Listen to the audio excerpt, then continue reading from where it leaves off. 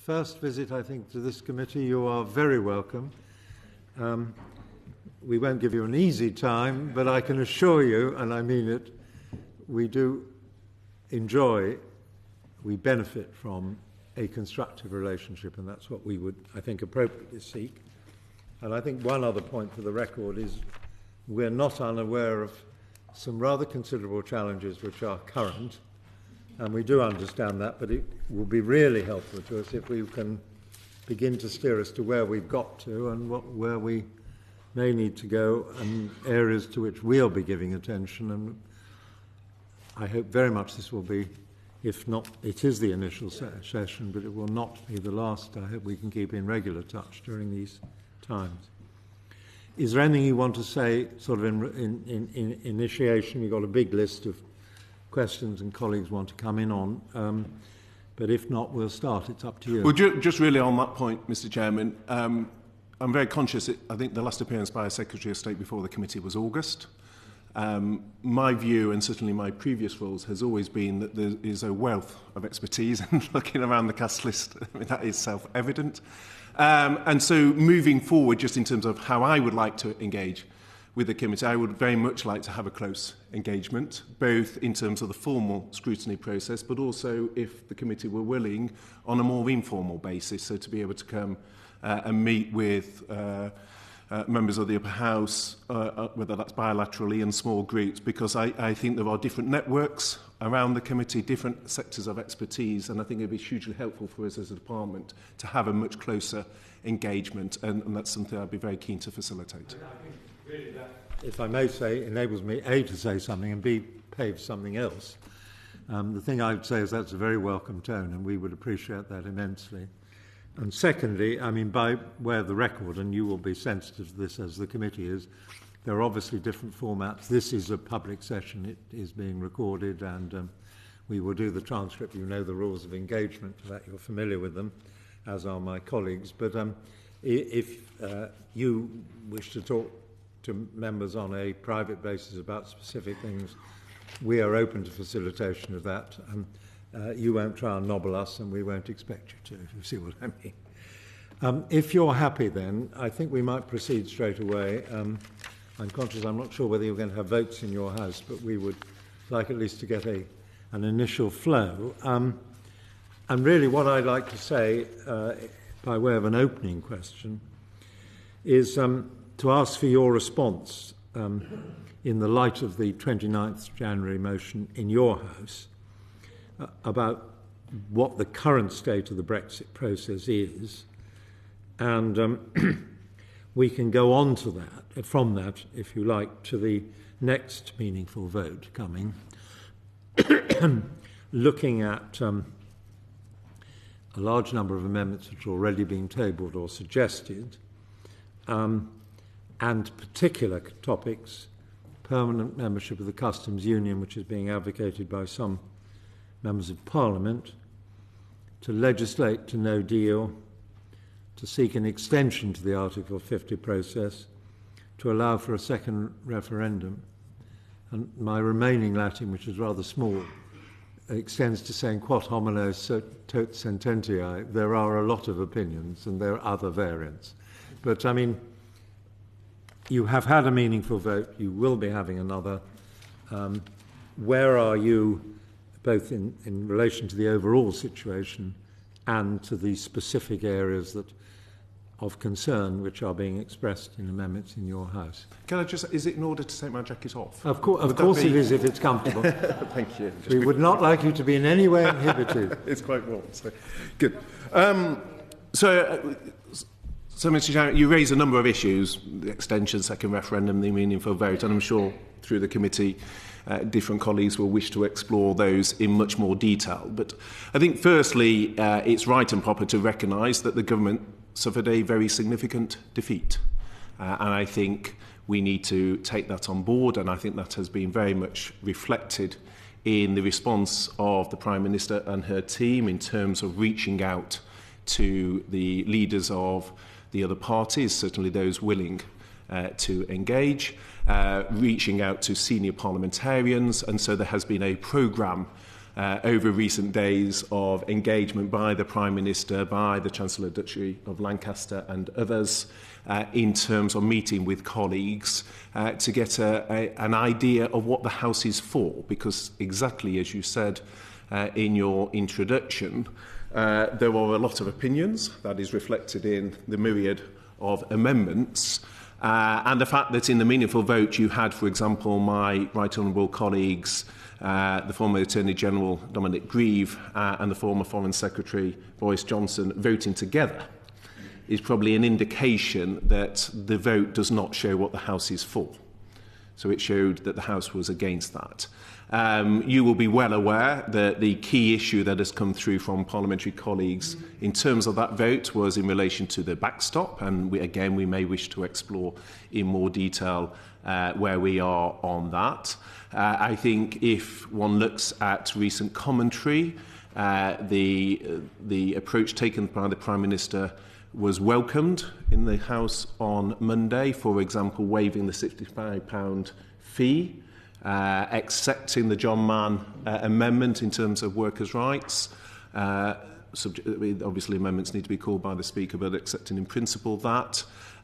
In terms of looking at how we engage with Parliament moving forward, so working with the select committees in a different way, offering confidential briefings. So there has been a response, but obviously, if I may quote Sir Ivan Rogers, this is a process, not a single event. And I think one should look at the meaningful vote in that context.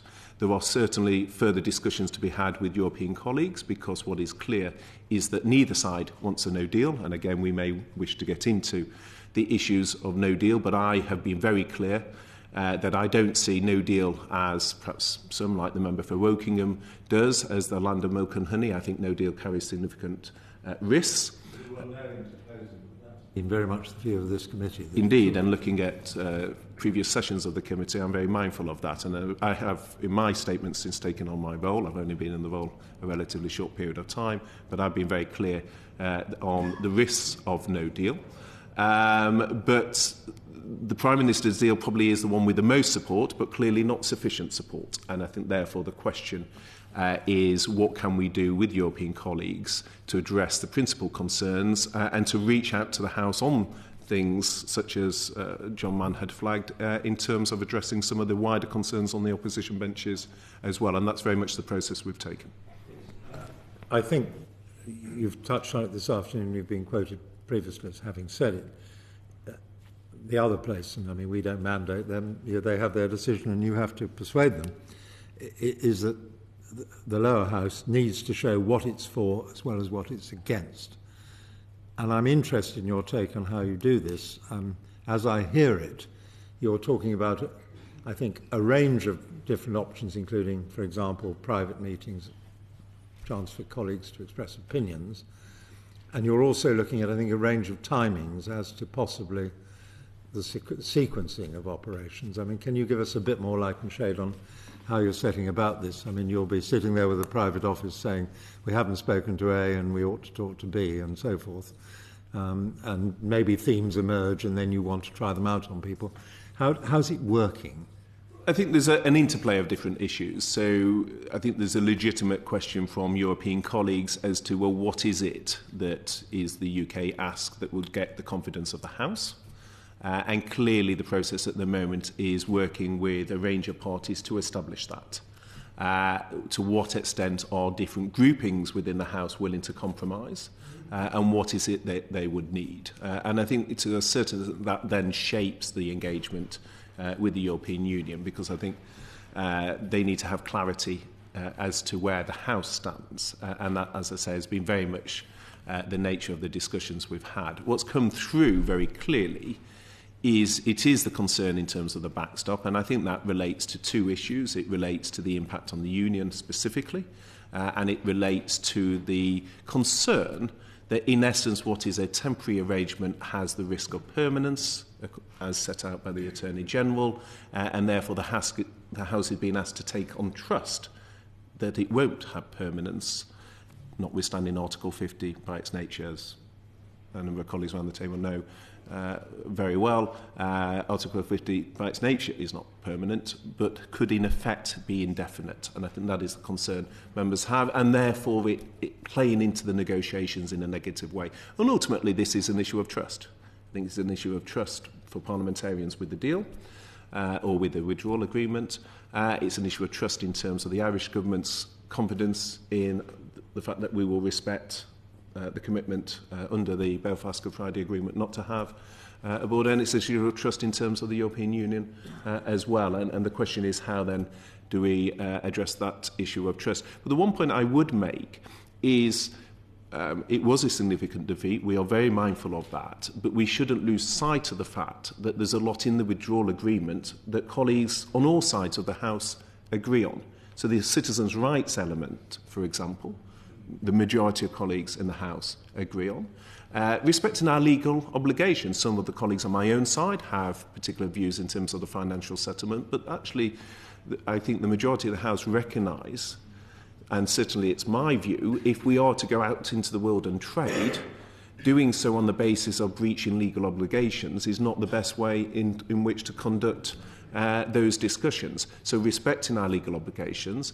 And thirdly, the Prime Minister's personal commitment, both to the Union and to honouring the hard-won peace in Northern Ireland, and a peace secured by the work of many members of this House, the upper House, again is a very sincere commitment. So the issue really that it boils down to is what is a temporary arrangement which, as the attorney set out, has the potential to have indefinite, and how we address that.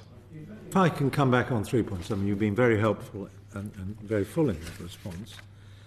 I think the first point I want to be clear about is you made an assertion that the Prime Minister's deal is the one that is most popular in your House.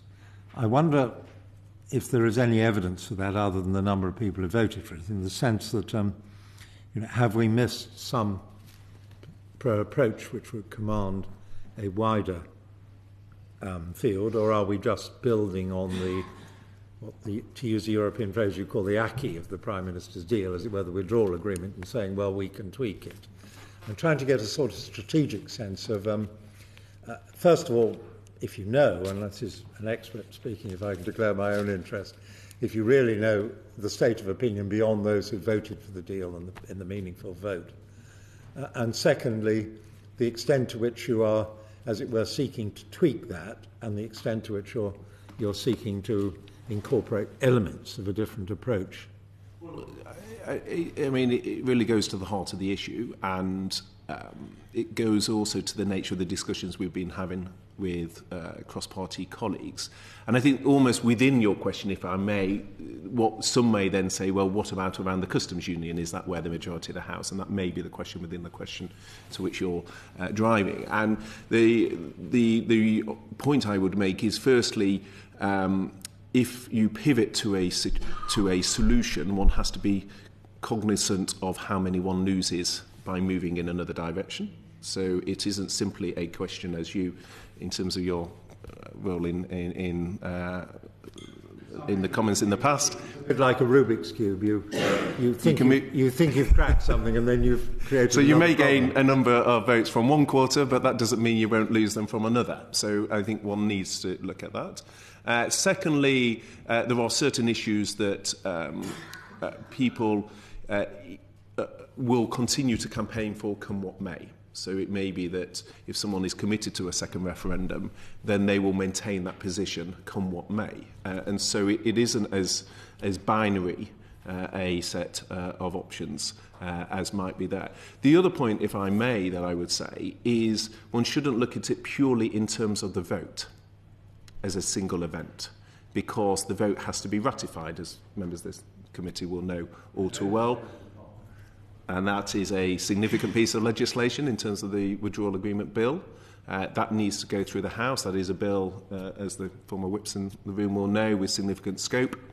And therefore, the ratification, it's not simply passing the bill, one has to ratify the bill. And one, again, needs to think of building a coalition of colleagues that can do that. If I because I want colleagues to come in very much, just touch further on two matters, which are really about timing and sequencing. Going back to your earlier remarks, I sense that you were saying to us, we need to talk to members of the House of Commons, and I think by inference that is, as indeed the Prime Minister said, within her own party, but also members of other parties or who are not necessarily always engaged in this. And then you talked about the European dimension. I take it in approach, and you talked also about the Europeans, needing to have a clear position or understanding of what Britain wanted. While these things, I appreciate, can go on in parallel, you might give us a flavour of the extent to which you need to sort one before you approach the other, and the need to brief one on what is happening in the other. That's one point. And the second point, and I mean we could, if you like, present it as saying there are those who criticise the government's position at the moment by saying that they're trying to run the clock down to 29th March to bolster support, and possibly in the hope that people will sort of concentrate minds, let's put it that way. Now, to what extent is that, in fact, the approach and not? So the two questions are, who do you talk to and in what sequence? And secondly, does it vary over time, and is there a conscious effort to take it a little further before we have to come to the point? So I think taking those in turn, I think in terms of the sequencing, obviously there is a degree of overlap because conversations will be had naturally. And indeed conversations overlap not just on the deal but also on any no-deal preparation. So again, it's not even binary in that sense. But to go to the crux of your question, it is more the former. What is it the House will agree on? Because in essence that is the European demand itself, because from a European point of view it is reasonable for them to say, well, if we were to look at making a movement, we want to know that that movement is one that would command the confidence of the House. So sequencing wise it's more the former, but obviously there is a degree of overlap. In terms of the question of to what extent is the government allegedly running down the clock? Absolutely not. And the reason I can say that, you may say, well, I would say that, wouldn't I? The reason I would say not is because of what I referred to a moment ago, which is we have to pass the withdrawal agreement bill. And if we can't secure a deal, and I'm sure we will get into this in more detail, or we may get into this in more detail, but if we're unable to secure a deal, then the default option is a no deal, and that itself requires preparation in terms of legislation. So from a government point of view, the sooner we can get clarity, the better. The best way to mitigate the risk of no deal, particularly for businesses that face the question of what spending do they commit, how do they prepare? Well, it's extremely important to our business community to give them as much certainty as soon as possible. Now, I am firmly of the belief that the best way to give businesses that certainty is a deal, and the sooner we can do that, the better. I think there's significant investment within the business community that is ready to be unleashed if we secure a deal. And so the sooner we can do that, if we were to find that we can't secure a deal, then the House, in essence, has a question, does it have a no deal or does it revoke? And again, we may get into debates about extension, but in essence, looking at the court judgment, revoking means unconditional, unequivocal. So cancelling BrExit. And there may be some people that are quite happy to see that happen. Personally, I think that would be democratically damaging. But in essence, that would be the choice that faced as in that scenario. So it is in our interest to get clarity, but more to the point, it's very much in the country's interest to get clarity in terms of a deal or no deal situation. So the sooner we can get that, the better. And that's why it's not in our interest to run down the clock. Could I thank you for that? I mean, that's helpful. And just comment before I hand over to colleagues, and I will assume sort of silence gives consent, or at least you'll recognise the point, because I don't want to belabour it, that quite apart from what you might call the politics of this issue, which you could hardly fail to have noticed, there is a huge administrative task in fact, your predecessor, Secretary of State Davis, I mean, once memorably said you could spot it from You could see it from space, as it were, the whole BrExit issue. And I mean, that is both in terms of the legislative requirement, which you've identified, but it's also in terms of awareness, notification, possible secondary agreements, litigation, private sector, contracts and so forth, which the business community has to be aware of, and indeed the country and its citizenry as generally are going to be affected by these things.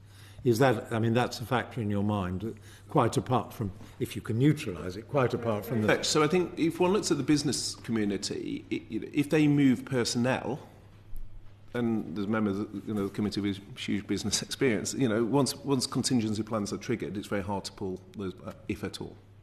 So there is an issue there. Within Whitehall, and again, it's perhaps more for a section on no deal preparation, but in the event of Whitehall, then in the event of no deal, you are moving personnel around. Well, again, these are real terms, real life consequences. This is why I don't buy into the narrative that no deal shift to WTO is a painless option. There's a significant administrative task involved. And actually, I think it perhaps segments into an opportunity just to pay tribute to the civil service, because I think it is a phenomenal amount of work that is being done, and I think we have some very high caliber people working on this, and I think it's very appropriate just to acknowledge that, because as you say, Chair, it's a huge task as we prepare for what is a landmark occasion. Well, I think many of us, some of us with experience, will be very grateful for you, and I'm sure your people who work to you will be grateful that you put that on the record. Thank you. I think we'll go straight on, ask Baroness Armstrong to take the question forward. Good afternoon. As a former Chief Whip, I must say I would not be looking at the prospect of getting a deal agreed and then legislation in such a short time. The Prime Minister has said she wants the manner in which the government engages with Parliament to change, and this is all part of it. What did she mean by that? Now, you have said some things, but I wonder if you can spell that out a little bit more. And I also wonder if you can be clearer with us when you will take a decision that actually we've gone as far as we can.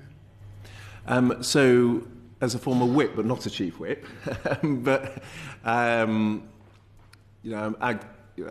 it is the numbers in Parliament obviously create their own challenges, but perhaps the best way of answering the question is to give an example.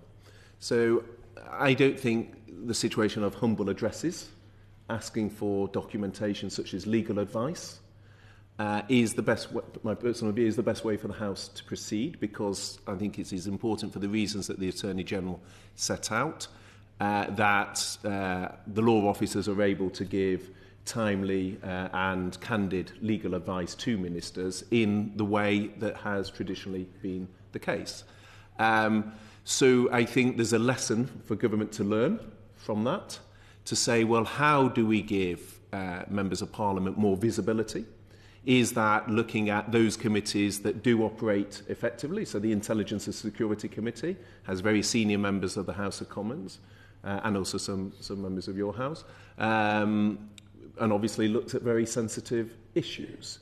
And so I think the question is to say, well, do we look at confidential briefings? How do we do that? Do we work with select committees? If I look at my time, I had 4 years on the Public Accounts Committee. And what always struck me was the contrast in the way that a committee like that worked to perhaps the way the Chamber operates. So select committee reports are at their most effective when they're agreed. They tend to work in a more consensual manner. They tend to be able to bring in expertise to look in detail.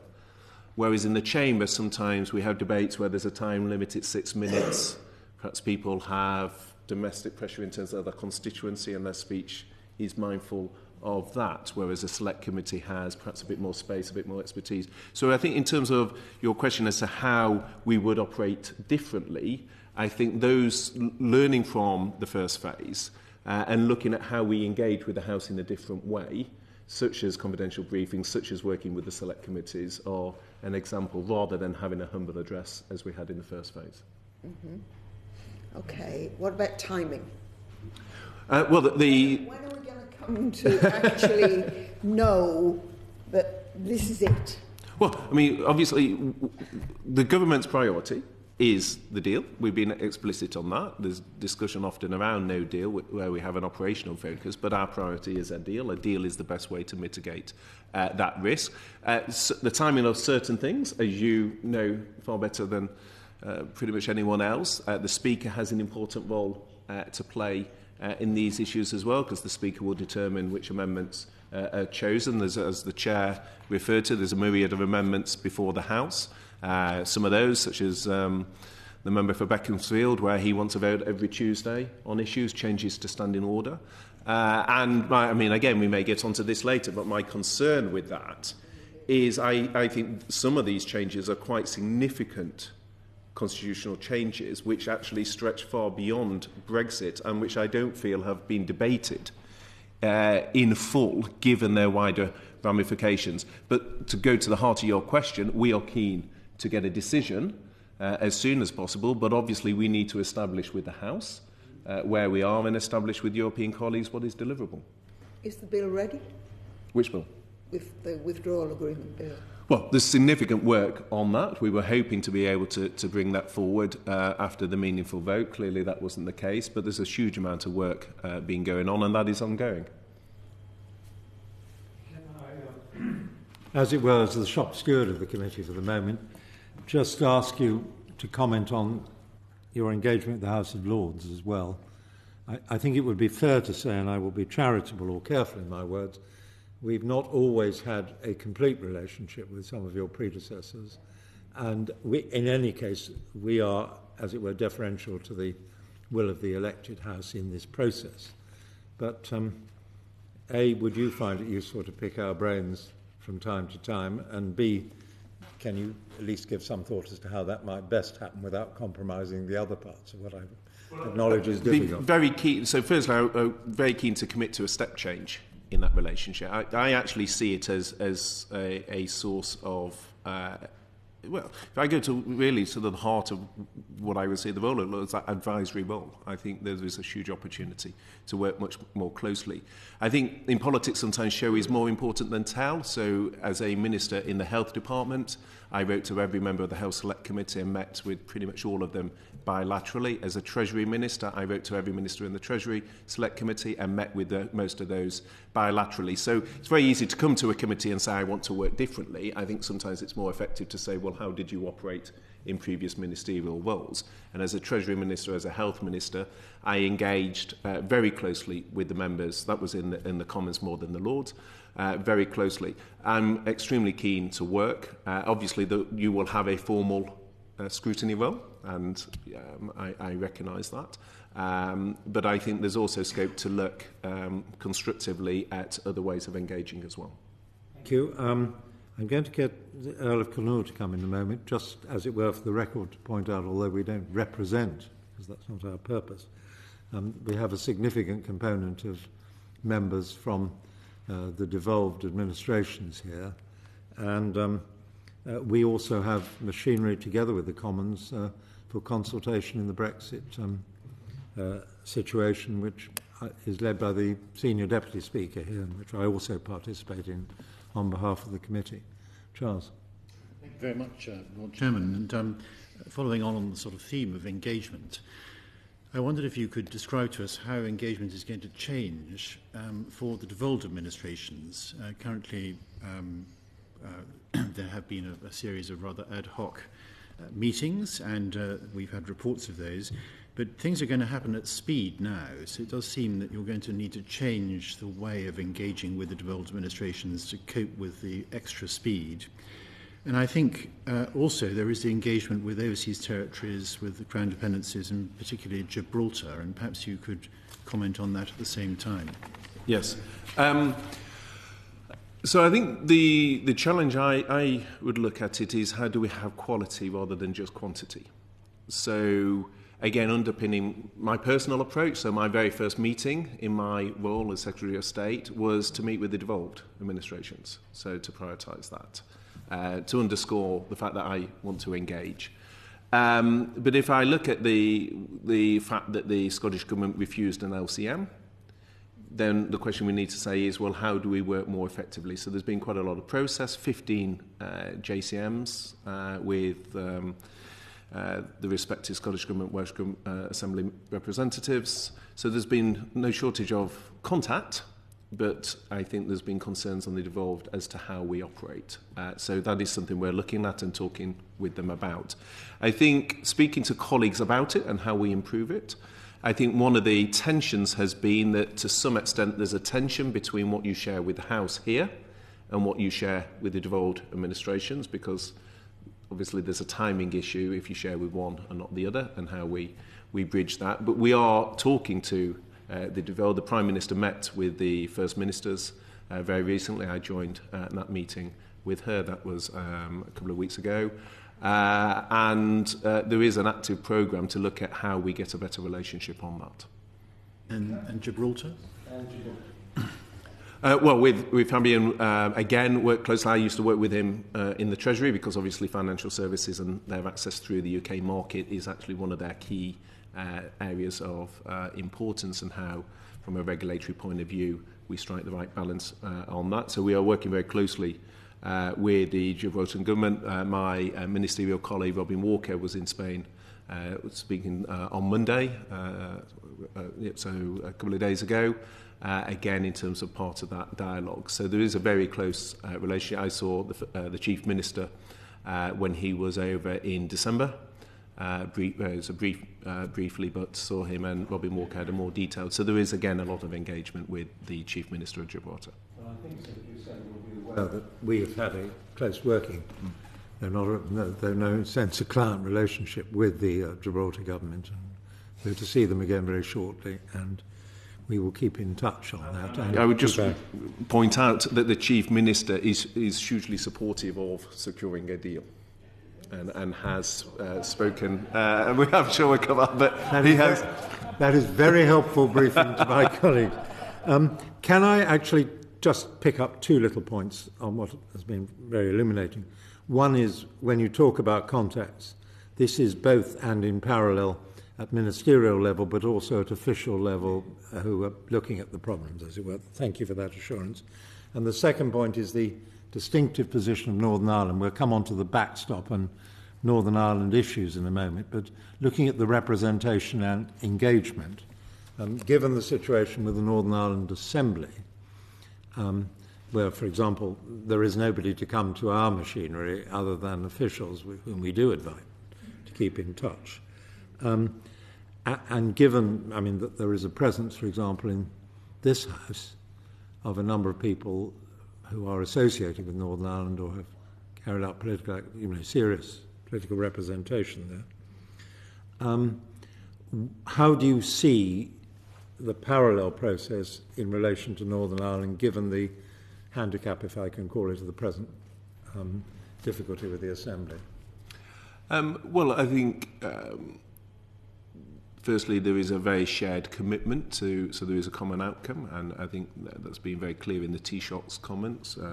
In no circumstances will there be a border full stop, was his precise comment in respect of that. The Prime Minister's commitment to having no hard border, again, has been extremely clear. So there is a common objective. We are engaging very actively, not just with our confidence and supply partners, but with others. I'm not sure it's necessarily appropriate to list who I have been meeting, but I can reassure their lordships that I have had a number of bilateral meetings with members of your House that have expertise in these matters to, again, listen to their issues.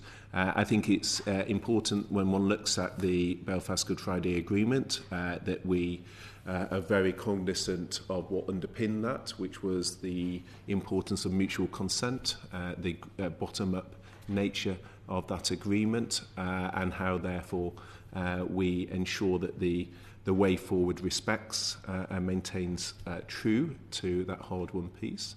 I think people like Lady Herman have spoken very passionately and very well in the House on these issues and with significant force. And so we are engaging widely because, to a certain extent, that is the dominant issue. that has come out, and clearly the solution needs to be one that has the confidence of the community in Northern Ireland. And I think when one looks at the tragic events of the weekend, again, that provides a further focus in terms of the significance of these issues. Thank you. I mean, just for the record, really, I should perhaps say that on behalf of the House, the Lord Speaker, but given my position, which enables me to do that, I was invited to attend the centenary celebrations of the Doyles, so I've had some recent conversations on that matter, and we're grateful for that assurance and perspective. You will not be surprised, Secretary of State, that we were at that point very much going on to some of the difficult issues of the current agreement and areas of concern which you've already identified.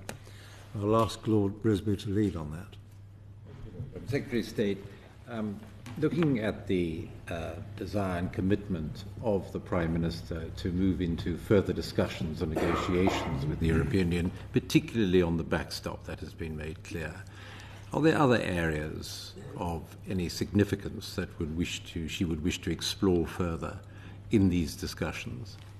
Well, I think what has come out with colleagues and the media comments of quite a wide range of colleagues has shown this, is that the backstop is the predominant issue. So the expertise in this committee well knows that if one wants a deal, there has to be the winding down provisions of a withdrawal agreement, and that requires a backstop. So we have a big debate in Parliament on the different types of deal that colleagues may want, but underpinning that is the issue of the backstop. There has been movement on the backstop ahead of the vote, but it wasn't persuasive. And we might come on to why that was the case, but there was movement, for example, at the December Council. There was in terms of the letter from Presidents Tusk and Juncker around how the next phase of discussions would start quicker, finish earlier.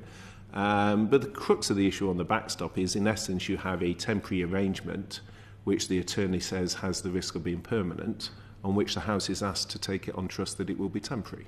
And that, in essence, is a concern. So there are safeguards already built in, but the issue on the backstop is the primary one. Now, in terms of what other issues of concern, well, we haven't been short of time in the Chamber debating these, so you will hear colleagues talk, for example, on conditionality of the financial payments, the issues around the union, the reach of the ECJ. You know, the other arguments are well rehearsed. But my reading of it is that I think, well, not just my reading of it, the public statements of a number of colleagues have been that there is a recognition that there will be a need for compromise, and it is the backstop that time and again is the paramount issue. Thank you. But I wonder if you could shed light on something which seems to have emerged just in the last day or two, in which a comment was made, I believe, by the European Commission, saying that inevitably, if there was a no-deal situation, that this could result in a hard border. Now, as you correctly said earlier, whether it's the Republic of Ireland, the European Union, or the United Kingdom, nobody wants this, but this seemed to suggest a departure in the attitude or the observations of the Commission, and indeed caused a certain reaction in Dublin. I wonder if you could shed any light on this, because, as you say, the backstop is absolutely crucial. And if this is some new thinking that is emerging in Brussels, for whatever reason, it would be very interesting for the committee to know your view. And as you did, I saw that comment from Margrethe Schinas as the European Commission's chief spokesman, who, as you correctly identify, made that comment. But if I may, I draw attention not just to what the Taoiseach has said, but also what President Juncker himself has said. And when pressed on whether we can trust the EU, Republic of Ireland, not to introduce a border, he was very unequivocal. He said yes. Absolutely clear in terms of his commentary there. And it's others. I mean, Mass, to quote, some people call us stubborn, but the truth is avoiding a hard border in Ireland is a fundamental concern for the EU, a union that more than anything else serves one purpose, to build and maintain peace in Europe. So I think this is something that many leading people within the European Union have been very clear on. And certainly that is the Irish government's position, and it's also the UK government's position. Just one final thing before Lord Risby. Just in the process underway, just be very interesting for the committee to know to what level the discussions are taking place in Brussels at the moment. Is this at an official level, or are you actually going there, being involved at this point? It'd be very interesting to know. Well, so firstly, it has always been the case that the chief negotiator for Her Majesty's government is the Prime Minister, and that remains the case. In terms of the current phase, the key issue is to establish what carries the confidence of the House. That has a natural domestic focus. There is, as a number of the committee very well know, in terms of a CREP and our representation out there, the usual channels through which discussions will take place. And it's something, obviously, I'm in discussion with the Prime Minister on a very regular basis. So that's the process that's in place at the moment. Ricketts. And the old diplomat in me wants to get a bit more of a sense of what the negotiating dynamic might be in these discussions. The Prime Minister said that after the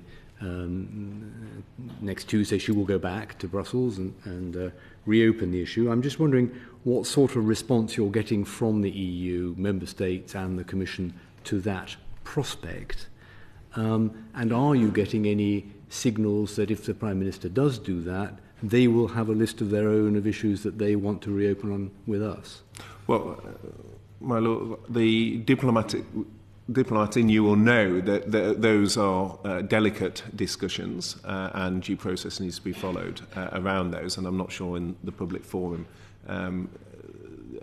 there is a natural constraint in the level of detail one can go into, but I think in response to the Chair's opening question, what is very clear is there is a desire on both sides to avoid no border.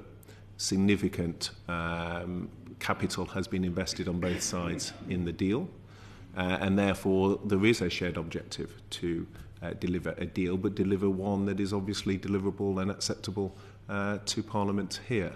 And so there is discussions with colleagues within the Commons to establish what that requires, and obviously that then shapes the discussions we have with EU colleagues. I mean, you obviously don't want to go into the negotiating detail, but is there any sign of openness on the EU side to a further discussion involving further changes in what was agreed? Well, the EU has been clear in saying we want to be clear what the UK ask is. I think those are public comments that have been made, not unreasonably, and therefore that predisposes to the fact that there is a discussion to be had. And I think, as I say, I come back to the point that no deal has consequences for the United Kingdom, but we are not alone in the consequences of no deal, and particularly those consequences not just for Ireland, but obviously in a number of other countries which one can list. Those are not insignificant, and I think therefore there is a common interest in securing a deal. If I may, at that point, I think we wish to come back to the Northern Ireland and backstop issue in a moment, but looking at the the generality of the negotiation return to look at the deal, can we have your assurance that on the whole, as it were, the signalling apparatus is functioning and that we won't be unable, given the pressures, to convey a coherent position and receive a coherent position from the European Union in adequate time to resolve them? I mean, I think my concern is simply, as long as we're operating separately and for reasons including those of confidentiality and interest, which you identify, that needs to happen, but you do need to be able to bring the understanding together at some stage, and you need some resources and possibly some time for that. Just give us a flavour. Is that something that you, A, are aware of, it is, and B, that we can probably manage? Yes, it is, and indeed the Prime Minister on Monday was pressed by the former leader of the Conservative Party, Ian Duncan Smith, on this issue. She was very clear in her reassurance in respect to my own engagement on that. And clearly, I think on both sides, the importance of this issue and the importance of timing is recognised, and those discussions will obviously move forward, but we need to have the clarity. Baroness Noakes. I'd like to turn to the backstop, which you have clearly identified as one of the probably the major stumbling block in relation to the withdrawal agreement. And you have already noted that the additional wording that came from President Juncker cut no ice with your colleagues in the Commons. So where does that leave the backstop? Well, the government looking at either seeking some form of time limit of the backstop or the ability to unilaterally exit the backstop. Just leaving the backstop as it is doesn't seem to be a feasible way forward. No, so I think, firstly, I think it's worth just focusing on the fact that actually the backstop is in neither side's interest, because actually it breaks the four freedoms. There are issues in terms of its compliance with Article 50. There are issues in terms of how future trade agreements for the EU, what is the geographical remit, so there are issues for both sides. And in fact, President Macron's comments in respect of fishing illustrated that actually there are difficulties in terms of the backstop for both sides. And I think sometimes the vote against in the first vote can be overplayed in terms of the fact that some of those concerns and some of the movement in terms of the December Council, the President Tusk letter on starting phase 2 and finishing phase 2, how that ratification, because a lot of how those played out in the first vote, because a lot of parliamentarians, or a number of parliamentarians, had quite clearly stated how they were going to vote in that first vote.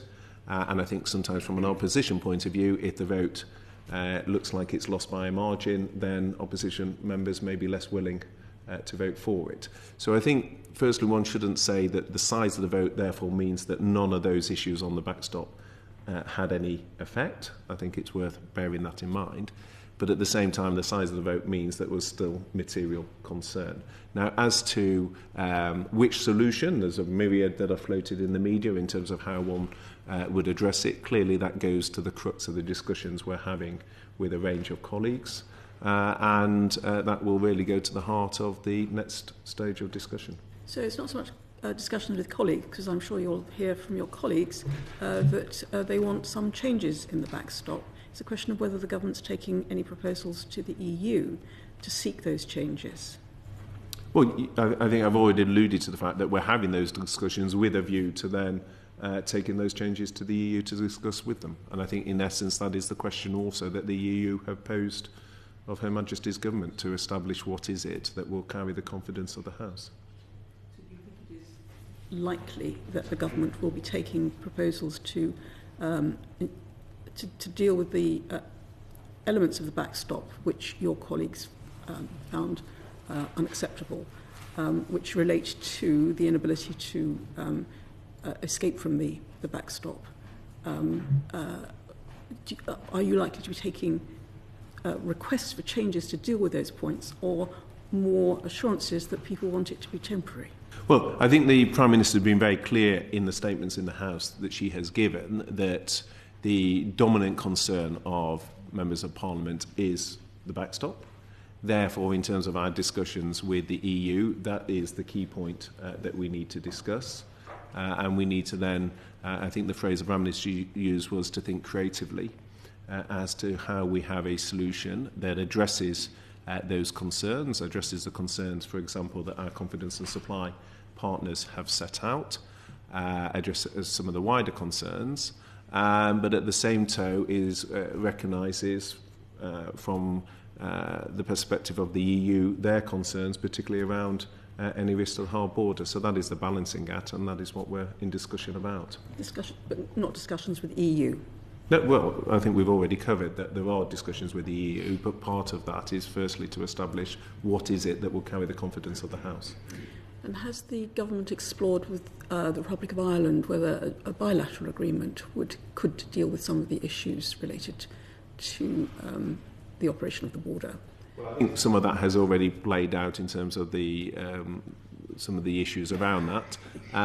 But the point is, we're having these discussions, as I said to His Lordship, Lord Ricketts, we're having a number of discussions with parliamentary colleagues. We want to establish what it is that will carry the confidence of the House, discuss with European colleagues what it is that will enable them to address their concerns both from a hard board and a single market perspective.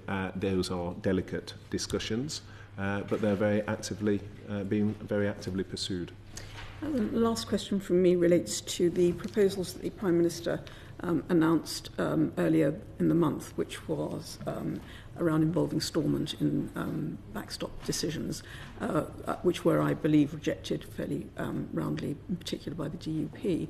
Do those proposals, are they still on the table or have they disappeared? No, they're still there. That was part of a paper we put out the week of the meaningful vote. And that was in terms of the stormont lock, how the new law, any new law would require consent from stormont, so looking at how we may approach things from a Great Britain as well as the Northern Ireland perspective, and looking at some of the regulatory issues there. Of course, it's worth remembering that there were issues, if one goes back to 2001, animal health was dealt with differently. The famous comment from Reverend Dr. Ian Paisley, where he said, people are British, but the cattle are Irish, and a solution there. Now, I think the concern there was that was for animal health; it wasn't for a wider regulatory remit. But these really go to the number of the issue. So, in answer to your question, yes, those issues were set out in the paper. That paper still stands, but it is part of an evolving picture. I'm going to ask Lord Liddle with a short supplementary. This is just, in December 2017, we signed a firm pledge with the EU that there'd be no hard border in Northern Ireland. In the EU Withdrawal Act, this House, the Lords, put in an amendment which the government accepted, that there would be, in no circumstances, any hard border in Northern Ireland.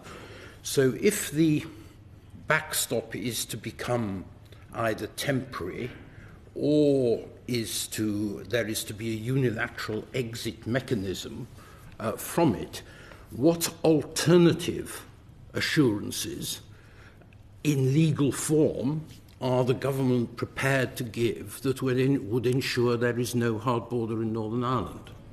Well, my Lord, in your question you said if the backstop is to be temporary. Under Article 50, it is temporary. The question that arises is whether, and this really goes to the crux of the Attorney General's advice, and in essence what lay within that advice was it's about the balance of risk. In essence, that's the different interpretation I take from my predecessor, who I think is an extremely impressive and talented parliamentary colleague. He felt that on a balance of risk that the backstop wasn't temporary and it would be indefinite.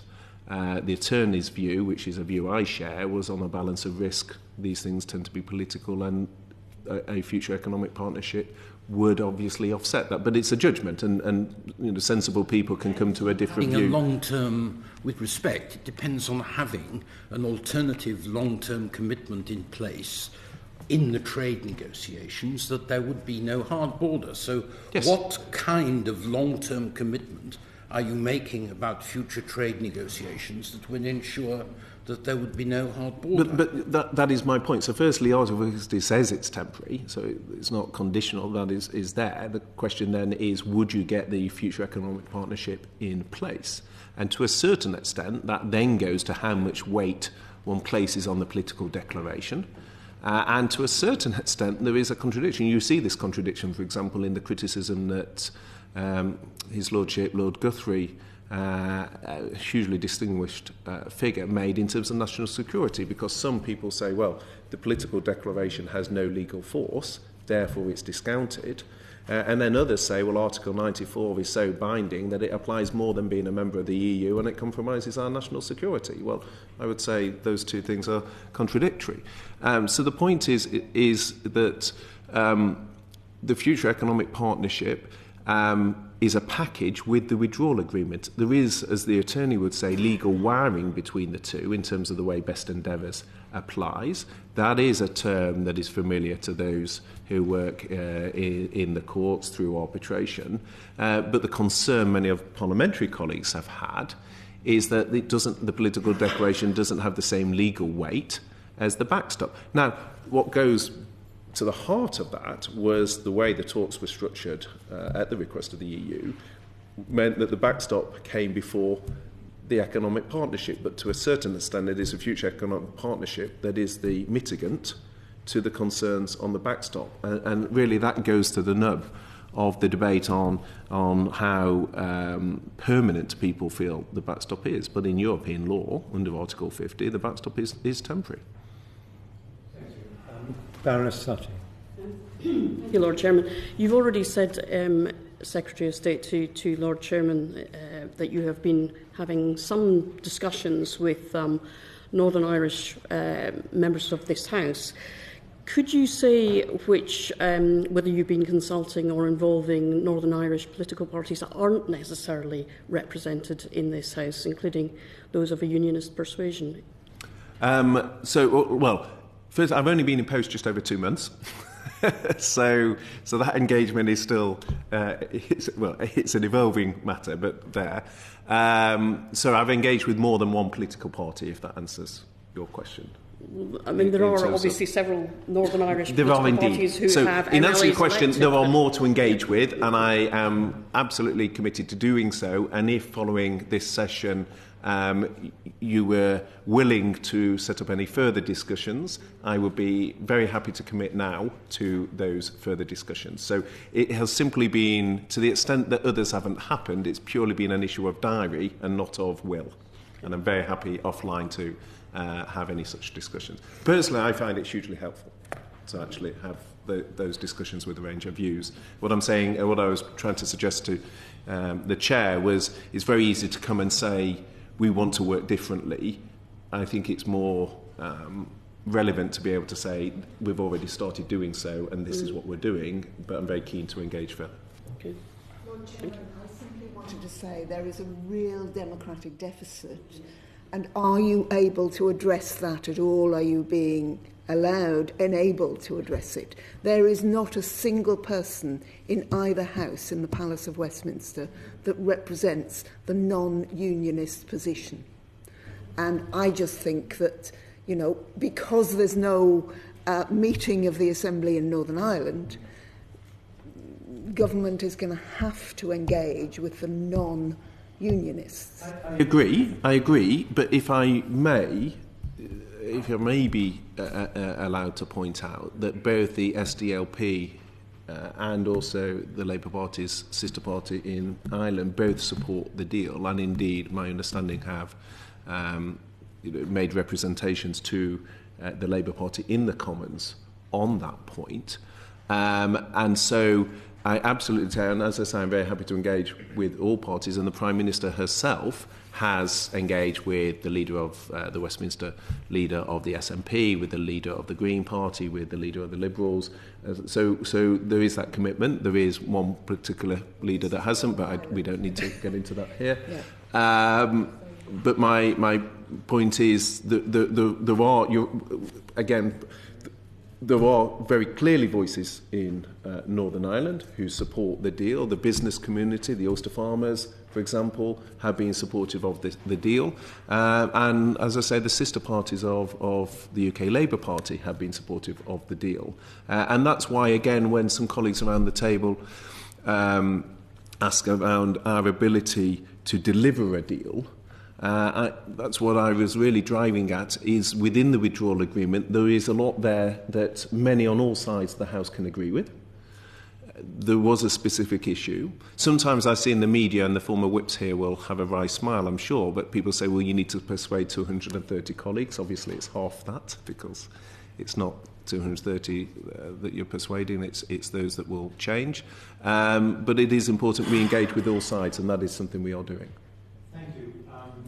At that point, as a matter of courtesy, I think I should say one or two members of the committee have notified that they may need, as you'll be familiar with the parliamentary term, to start sidling out at some stage. I can assure you, Secretary of State, it's no reflection on your attention at the committee, but they have been kind enough to let us know, and we understand.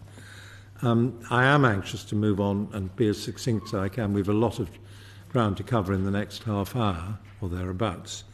But moving on from Northern Ireland, you said something which I think was of general application. I just like to test you on whether I've understood it properly, and we'll then ask about the remaining issues that are concerning us.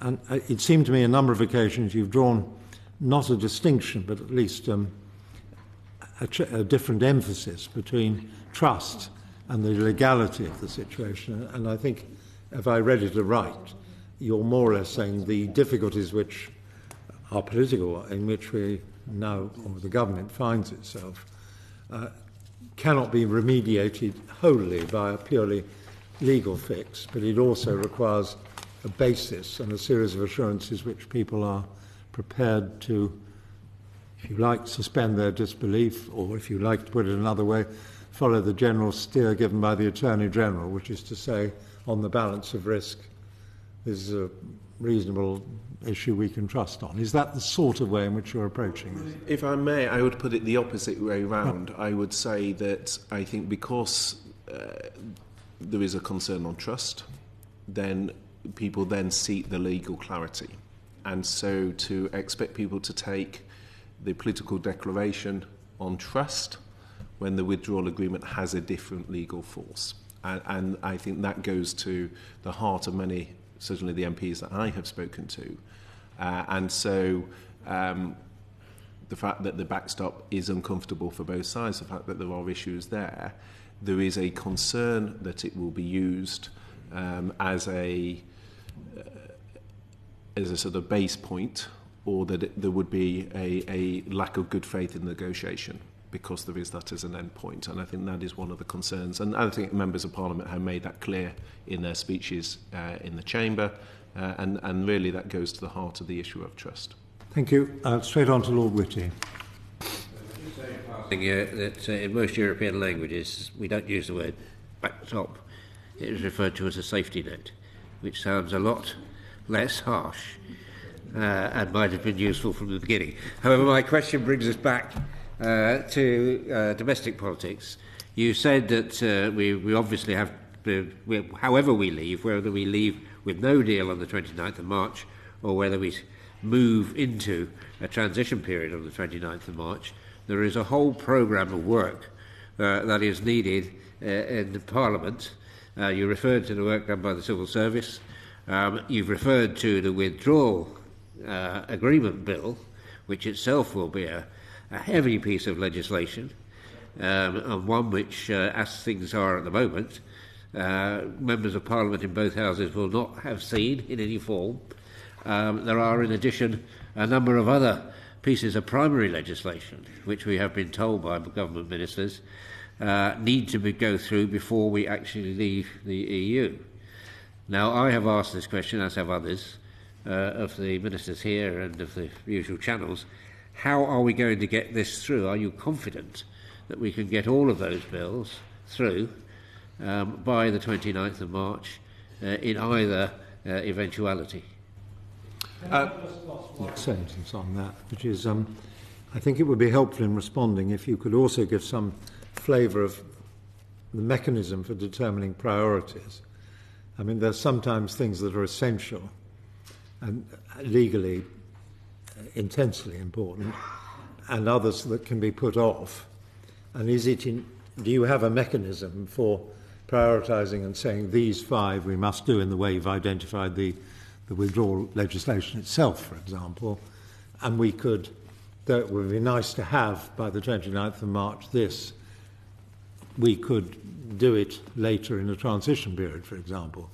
Just get a flavour of that. So I think Lord Whitty, you're dealing with the deal side rather than the no deal side of the... I'm dealing with either situation. In a no deal, it is pretty obvious that we will have to have large parts of the legislation which is now being prepared, but not really gone very far in the Commons or the Lords, in place. But even in a transition, if we move smoothly into a transition period, some of that will also be required. It'd be useful to get an idea of the timescale and the prioritisation and sequencing of that. Yeah. So if I take them in turn, so the deal, what you would need in the deal legislation, then the no deal. And just on your point about it's a safety net, not the backstop. As you well know, language in Northern Ireland is always very significant. But on terms of the deal legislation, well, the key issue is what legislation do you need to pass to ratify the deal? I mean, that is in essence because you need the legislation to ratify.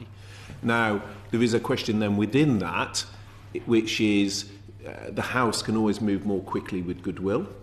So once the House has spoken, to what extent would the House say a decision has now been reached? And that would shape some, and certainly the conversations I had with some who are currently opposing government legislation have said to me, well, I would accept, once that decision is reached, I would accept that because the House had spoken, and then I wouldn't, in essence, have a sort of guerrilla campaign on there, but there may be others of a different views.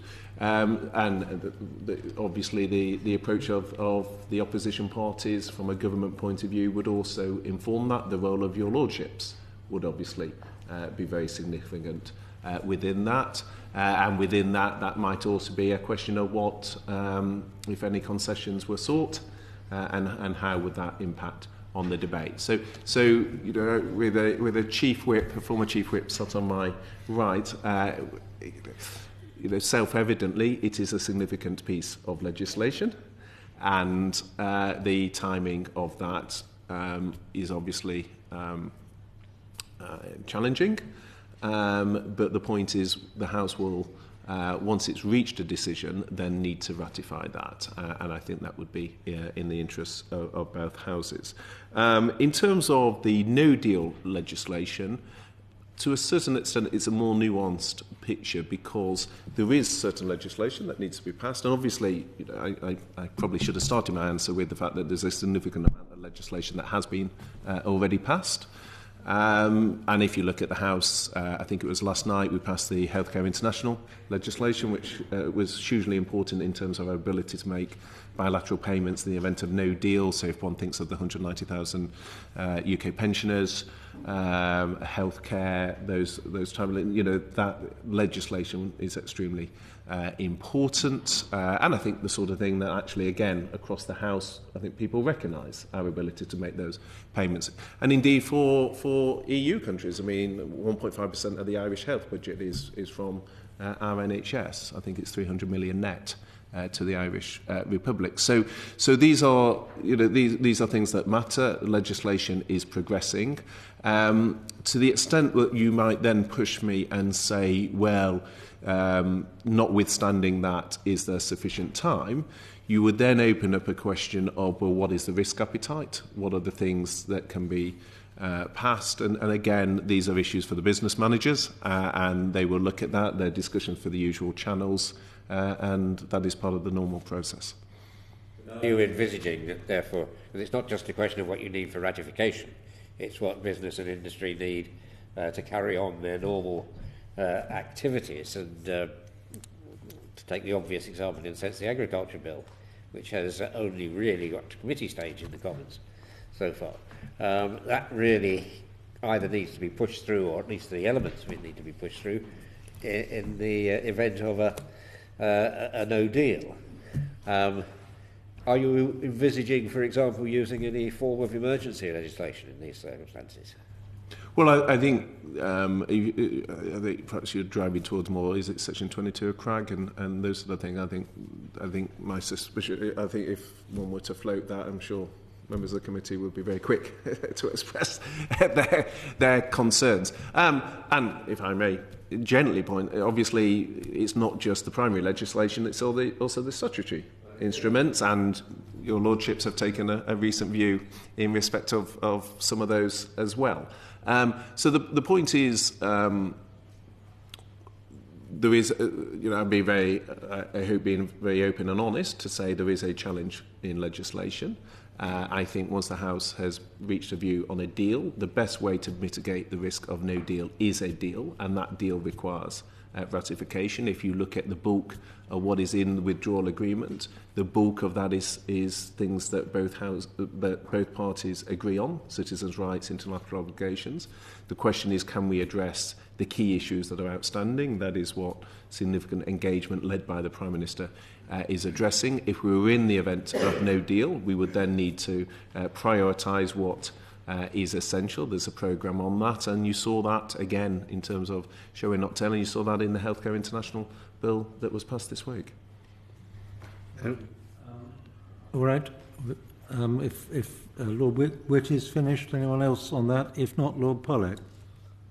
Lord Chairman. Of course, international agreements are the lifeblood of the economy and vital to the welfare of families up and down the country. In fact, and whilst you've been speaking, your colleague Liam Fox has just tweeted from Davos that the UK and Israel have just agreed in principle a trade agreement. So the question I've got is, how many sort of rollover international agreements will the government be in a position to enact on 30th of March? And what are the government's top priorities in its programme of Brexit-related international agreements, and which agreements absolutely have to be in place by the 30th of March in the event of no deal? Yeah. So, as you say, we started with the deal bit, and then we come on to the no deal bit again, as with Lord Whitty. I think so. Firstly, I think there's no question, and Liam has been very active in this regard in terms of the huge amount of work that the Department of International Trade has done in terms of preparing for this, and I think it's worth pointing out under Article 1294 of the withdrawal agreement, it makes clear that the UK will be able to negotiate and conclude new trade deals from exit day, bringing these into force from the end of the implementation period. And indeed, paragraph 17 of the political declaration also makes clear, in the event of a deal, that the future economic partnership should facilitate trade and investment between the EU and the UK. And that's not just something that is being led by DIT. So, for example, this week I met with the Australian Trade Minister, and what came out very clearly was their commitment with our common values, common ties, that there's significant scope for trade deals. Now, clearly within that, we will need to be mindful, this is in the deal scenario, but we'll need to be mindful of the interplay between the commitments in those trade deals and the relationship we strike under the political declaration with the European Union, and how those two things interplay. But there is a very strong desire for trade deals, and I think for the UK, particularly if the United States were to withdraw from this space, for the UK to play a very active global role, a leadership role in terms of that. And I think that's certainly the sort of thing that excites me as a minister, and Liam Fox has been, I think, to the fore of that. In the event of no deal, then the assessment we made was, I think there was around 1,000 treaties that had a sort of a relevance to exit, but those slipped down to just under 400 that had a sort of direct impact. Those have slipped down actually to a very low number in the tens in terms of a more material issue from exit day, and within that George Hollenbury and the DIT have been sort of getting those ready. Now there's a couple of issues with the no deal trade that come into play. So the issue then is we can't sign those while still a member, so how we align that. The 21-day notice for CRAG and giving notice to the House. If that is under pressure, provisional notice, does one look at that, and how do that in the most open way with the House possible? To what extent what extent are there other mitigations? How do we communicate with the relevant sectors?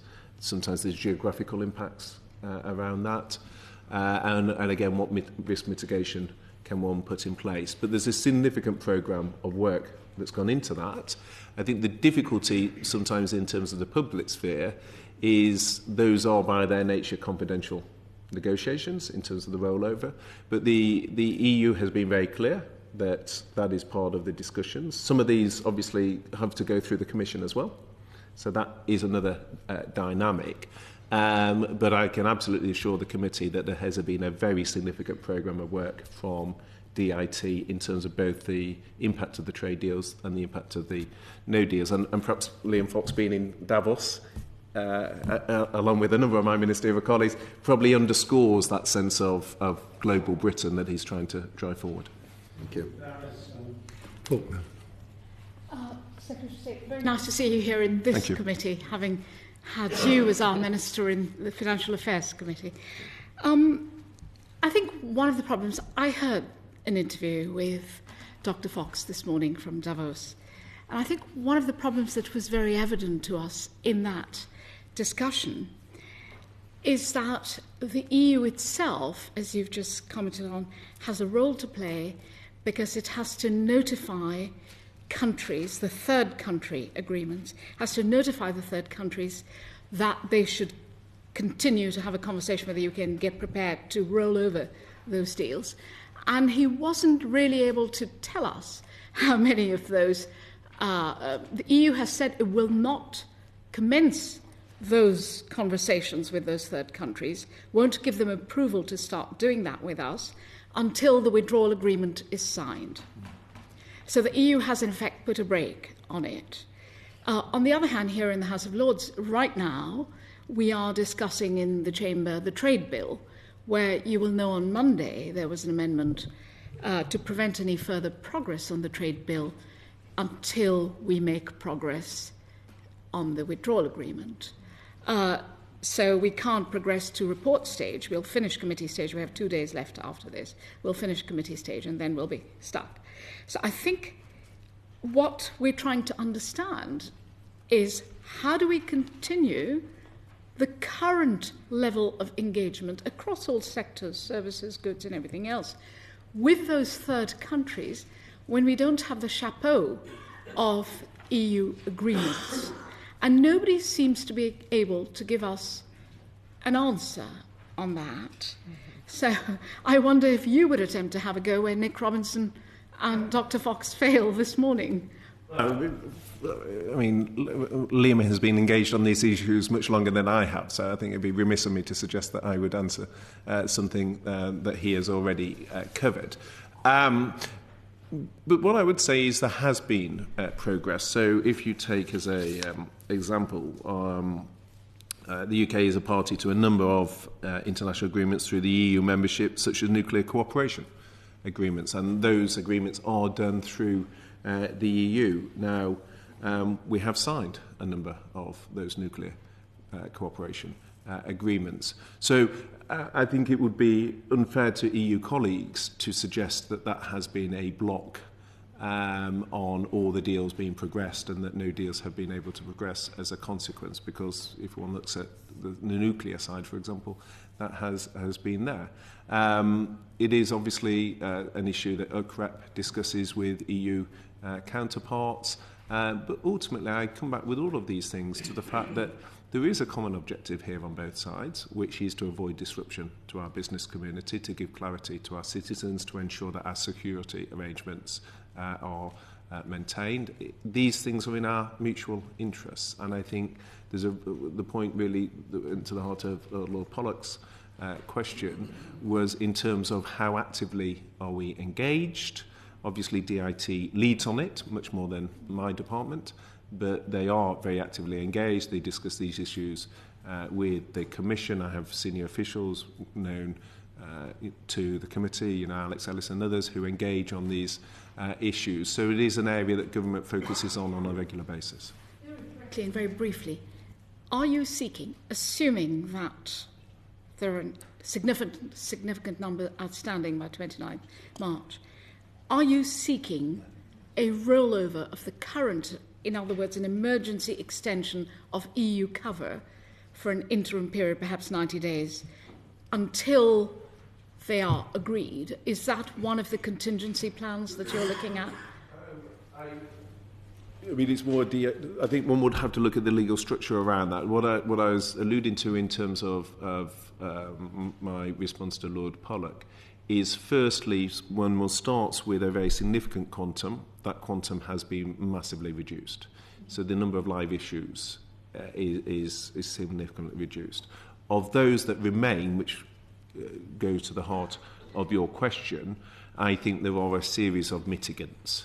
So part of that would be the extent to which agreement can be concluded, and obviously that has an interplay with securing a deal, because that's all part of that. If one made a concession and then we had a deal, then obviously one couldn't go back. So there is a timing issue in terms of the deal itself.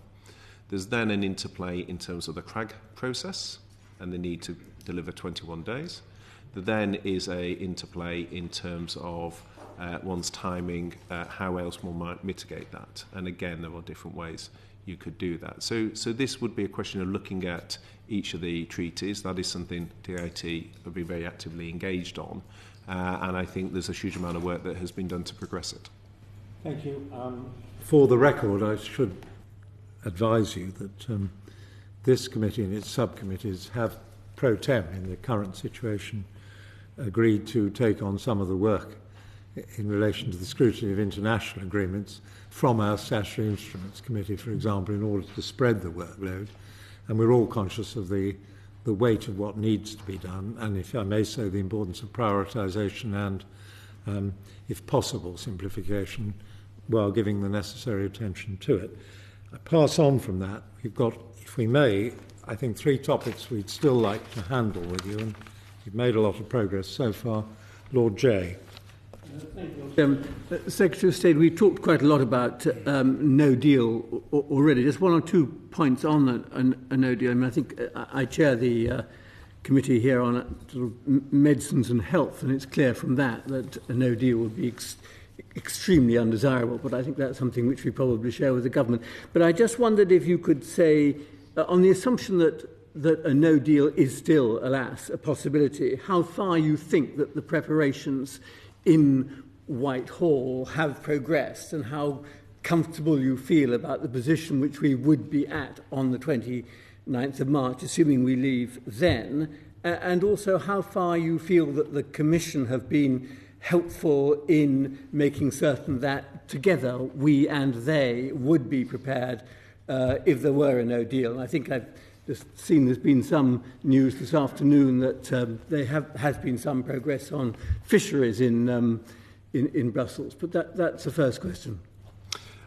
So you raise what is a very sort of pertinent issue within Whitehall for us, and one that certainly that the Prime Minister is very focused on, and I chair a weekly meeting with ministers in terms of no deal preparation. Going to the first point you raised in terms of medicines, I think the Secretary of State for Health and Social Care has been clear in terms of the additional work that has gone in, not just by the department, but also NHS England and others within the health family. And what's clear from that is, firstly, in terms of our prioritisation of the supply of goods, that medicines, and it's not just, as you well know, it's not just medicines, but medical products as well. The supply of that is the priority. So it generated a lot of media coverage, but the extra ferry capacity that the Department for Transport has put in place, whilst not a panacea to all the supply of goods issues by any means, but the area of prioritisation is on medicines. So I think that is absolutely key, and Secretary of State for Health and Social Care has been to the fore in terms of making that point. So within healthcare, I'd also just point out that actually, as a former health minister, it's not a new issue. Actually, supply of medicines, factory fires, these sort of issues, we always had a standing team in the department dealing with these issues as business as usual. Now, obviously, the scale of the challenge would be different, but the supply is not issue. I'd also point out that, again, there is a commonality of interest, because if one looks at the likes of AstraZeneca, there are medicines that are produced and supplied to the EU. So again, there's a desire there to work constructively, and you see that in the response of the French government through the emergency legislation it's recently passed, through the statements from leading politicians in the Pas-de-Calais and elsewhere in terms of their own preparation. So I don't, Lord Jay, and you, I know, come with considerable experience in this field, as I said earlier, start from the premise that no deal is not disruptive, that there are not challenges, but I think both within the Department of Health there's been significant preparation. On the wider point around how we are preparing in Whitehall, then I think, again, a huge amount of work has been done by officials within my own department on no-deal preparation. That work's been ongoing for a considerable period of time, but also in the Cabinet Office on their civil contingency plans. I think there's a recognition of the scaling up of that. So, for example, last week we had a significant increase in our radio and social media advertising, because it's one thing. So over the summer, the department had done a lot, before my time, but had done a lot of work on technical notices and putting out information to businesses. But it's one thing to put a technical notice out. It's another if the engagement from the business community is not there. So part of the increase in terms of media connectivity, the social media, the radio ads, is increasing that awareness, increasing businesses' own preparation.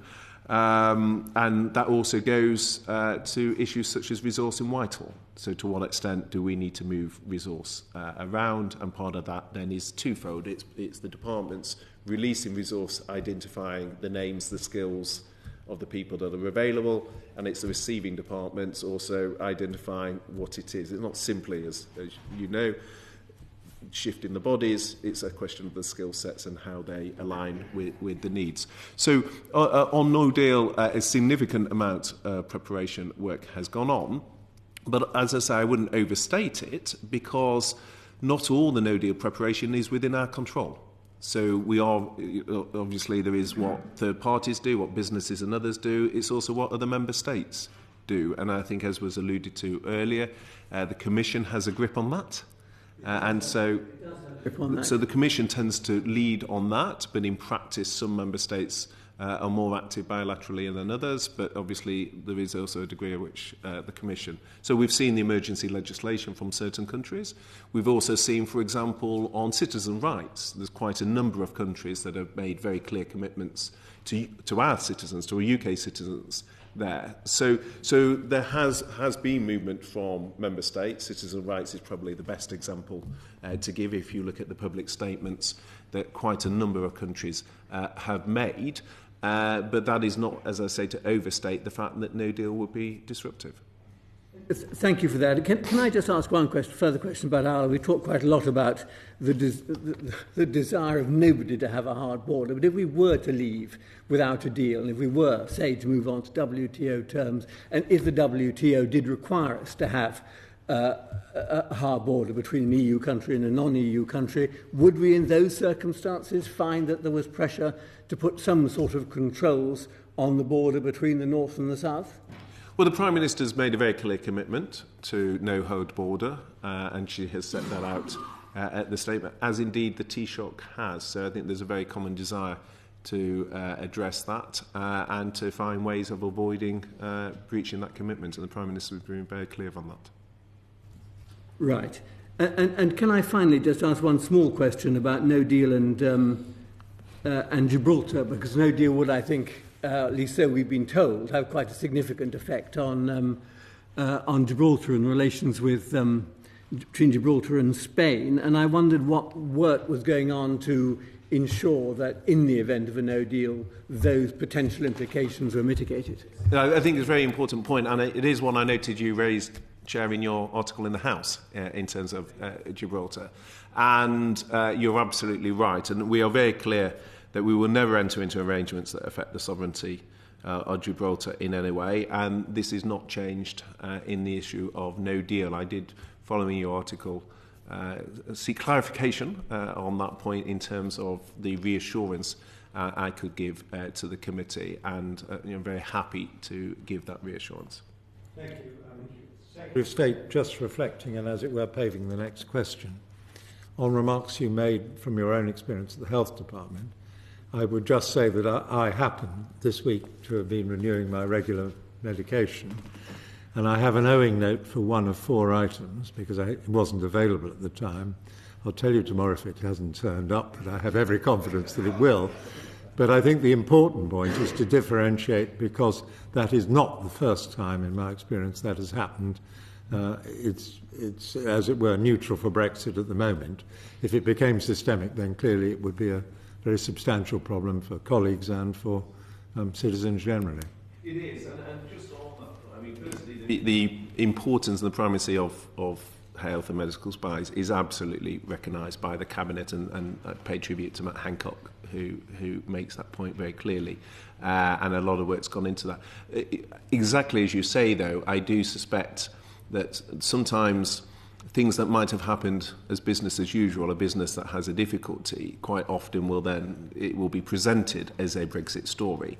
And I do think that is unhelpful, because I think there are challenges, legitimate challenges, and I think sometimes when things are overplayed, it makes it easy for people then to say that the legitimate challenges are not legitimate. And I think, exactly as you say, sometimes things are attributed to Brexit, they're not actually the result of Brexit. Thank you, Steve.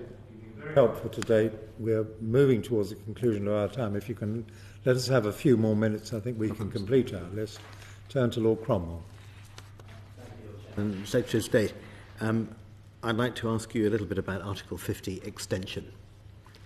You said right at the beginning that an indefinite extension would be unwelcome and possibly a breach of trust. But I wonder what you would have to say about a short-term extension. For example, what would make that necessary, what could trigger it?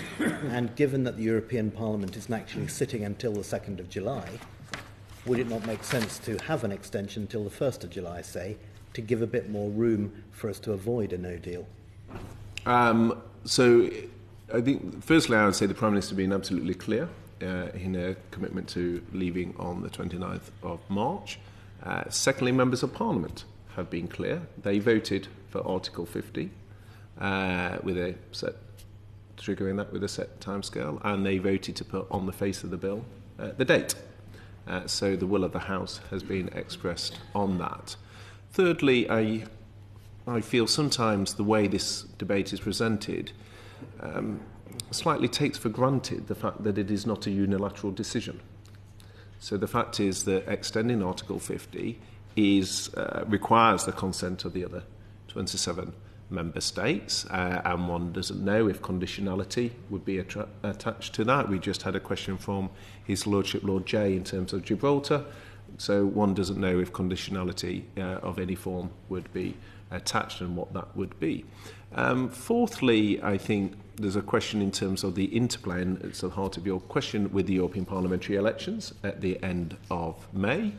And I think fifthly, there's a question as to the dynamic within the European Parliament. There may be people who are less keen to see the arrival of lots of British MEPs, the dynamics of people going for top jobs and how that would impact and play out. They may have a view on that.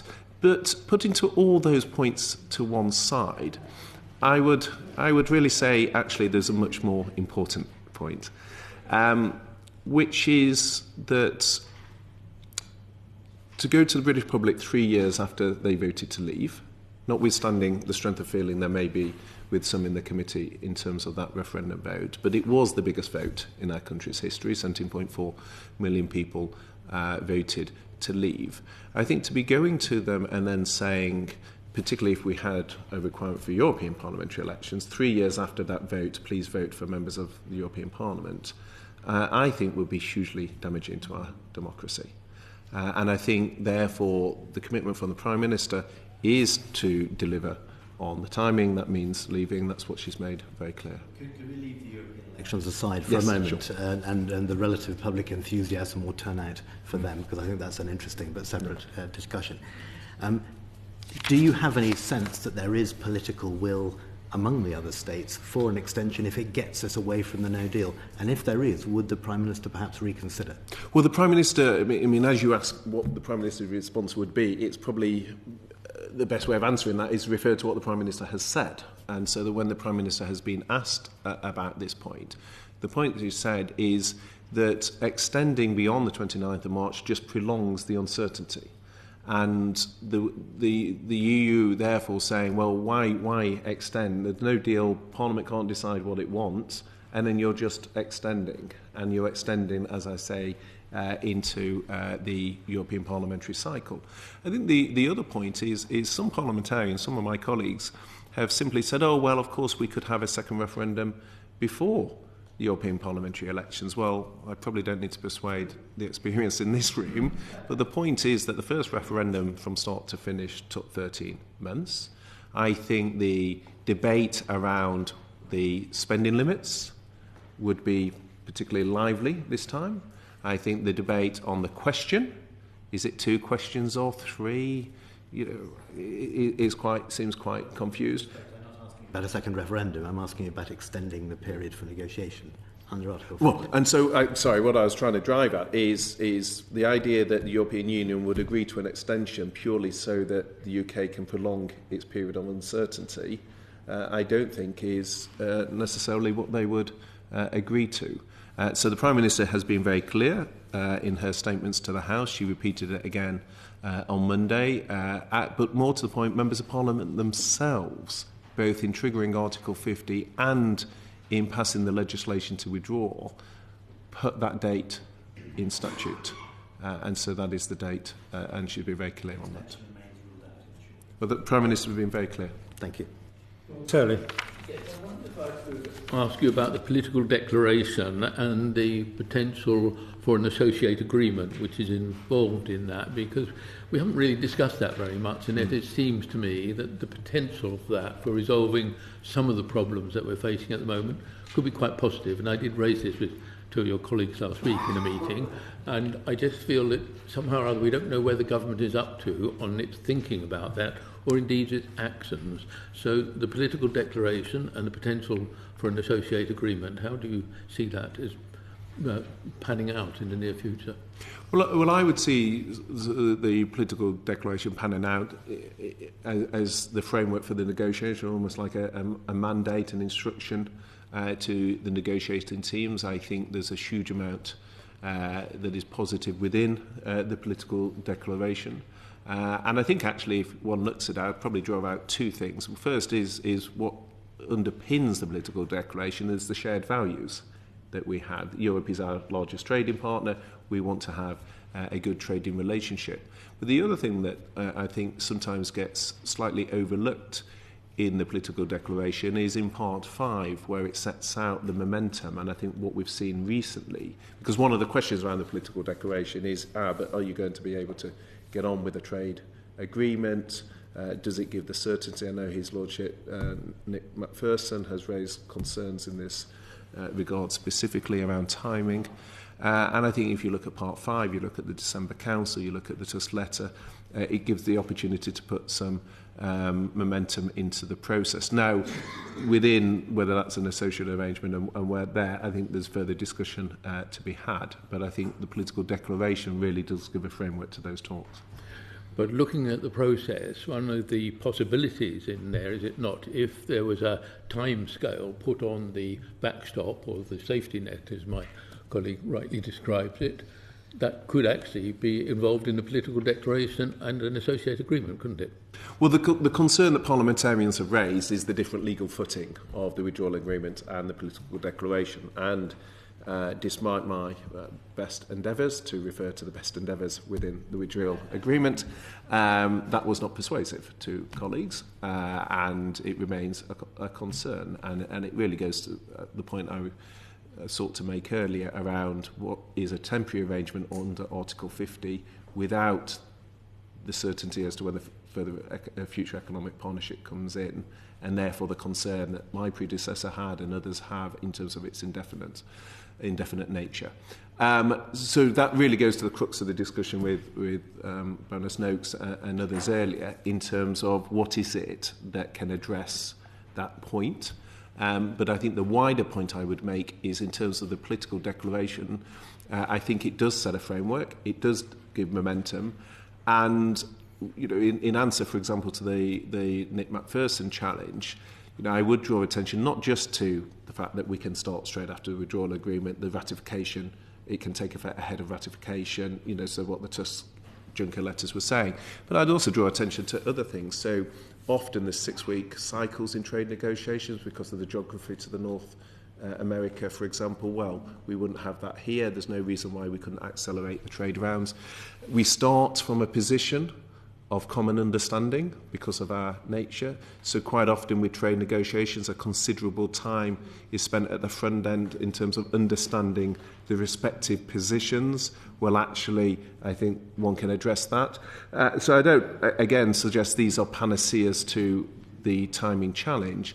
But I think sometimes when I read someone who I respect incredibly, such as Nick Macpherson, saying it's a certain timescale, I think it slightly underplays some of the other issues that are relevant here. It's the process I'm interested in, because many of the problems you're facing at the moment won't be solved quickly. And that political declaration, and if we had one, associated agreement, is the way you carry it forward. And I'm puzzled still that the government doesn't seem to be saying much about this. It's almost as though you're either not thinking about it or you've thought about it an awful lot, but you're not saying anything.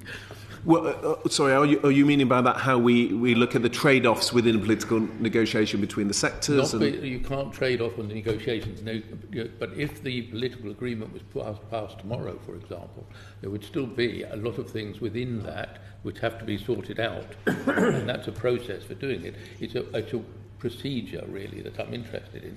Yeah, but I think the issue that comes out with colleagues is, even if you start the discussion on the political directorate, you start the phase 2 sooner, they still fear, it comes back to the point of trust, they still fear the backstop being used as in a way where the Europeans will not negotiate in good faith. And it comes back to the issue of trust, and that's the point that parliamentarians will raise time and again. How do I have confidence that if the backstop is there, it will be used as, in essence, a default?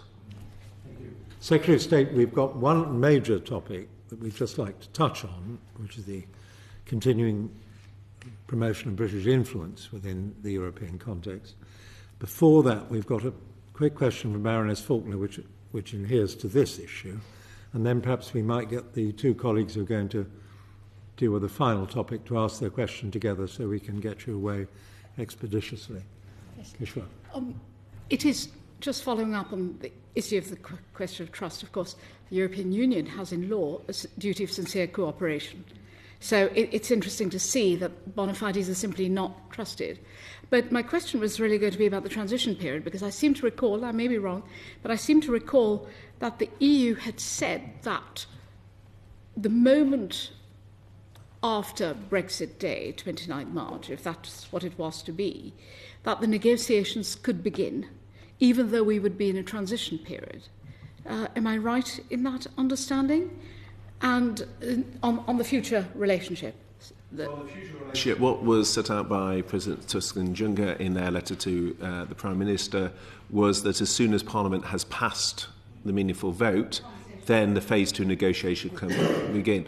The change there was that previously the phase 2 would start once the withdrawal agreement was ratified. That obviously had an impact both in terms of the domestic timescale, because that is now taking longer than originally intended, but it also has an interplay in terms of the European timescale because of the European Parliament elections and how that then impacts on the Commission and there. So there was a danger that there would be a delay on the UK side and then, in essence, a delay on the European side. And so that's what it was. The European side has in fact said that they would work through the summer and commit, because the change of commission or the change of the Parliament doesn't hold up the preparatory work. I'm making your argument for you. I look forward to lots of meetings in August in Brussels. Final line of questioning, Baroness Neville-Rolfe, and then if I may ask Baroness Brown to follow up, and we can leave you to respond. Again, looking forward more optimistically, what work is going on the steps that the government is taking to maintain UK influence, both with EU institutions and with other member states post-Brexit? For example, an expert was telling us yesterday that UPREP might need to be much bigger, better resourced with experts. as we become a third country. And the Canadians and Norwegians who we've talked to have well-resourced and impressive operations in Brussels. And we were interested to know how you were preparing for this need to change the dynamics of relationship. Well, you're absolutely right. Sorry. Apologies. Bits and pieces to answer together.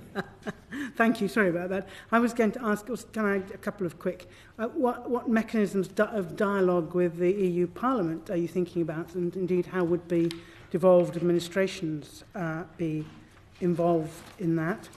And then, I hope you won't take offence at this. It's not meant to be any comment on your career, but when does then DEXU disappear, and when are these roles of representation and of trade handed back over to the FCO and DIT? Well, I guess the short answer to the last question is these things are at the discretion of the Prime Minister. She decides on how long departments are replaced and when they're merged. And Sir Amias Morse at the NEO always has strong views on the framework of Whitehall departments and the moving and so forth. If I take Baroness Neville-Rolfe and then come back to the question. So in terms of the architecture, the structure as to how we approach it, I think it's absolutely right, because I think the first point to recognise is as a third party the relationship changes. So I think it's really important to recognise this, and I see His Lordship Ricketts nodding. He absolutely gets this, and this is something that I've discussed with senior officials within the department and across Whitehall. It's something we are very actively looking at, and I think that change manifests itself in different ways, not just from what are the resourcing implications of that, but even, for example, at prime ministerial level. You know, the engagement is different rather than at the council. You know, the relationship is different. So I think I'm very cognizant of the issue. It is one that senior colleagues within Whitehall have been looking at and giving considerable thought to.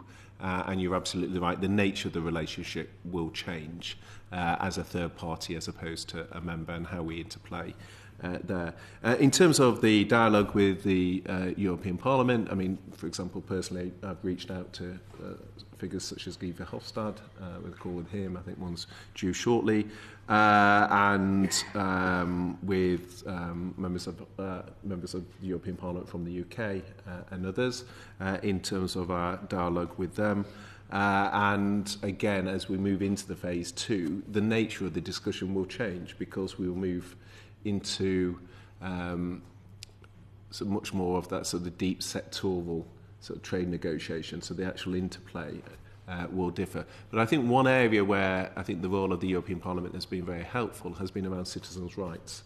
Because actually, I think if you look at the position of the European Parliament, they have a very strong view on citizens' rights. And I think that's been reflected in the stance we have taken as a government in terms of recognising the importance of EU citizens, whether in a no deal, the safeguards that have been in place, but also within the withdrawal agreement bill, obviously a key component of that legislation. I think as Lord Whitty was saying, it's a significant chunk of legislation, but within that, actually one of the most significant chunks is citizens' rights, and I know that is a key issue for the European Parliament, and I think it's one we can engage with them on.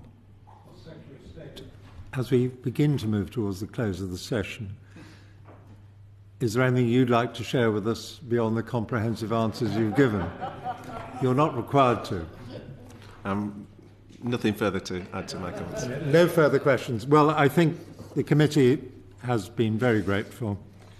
I think you will have understood the spirit in which the recent exchange took place about the future of your department, which was not an implied criticism of the answers you've given us.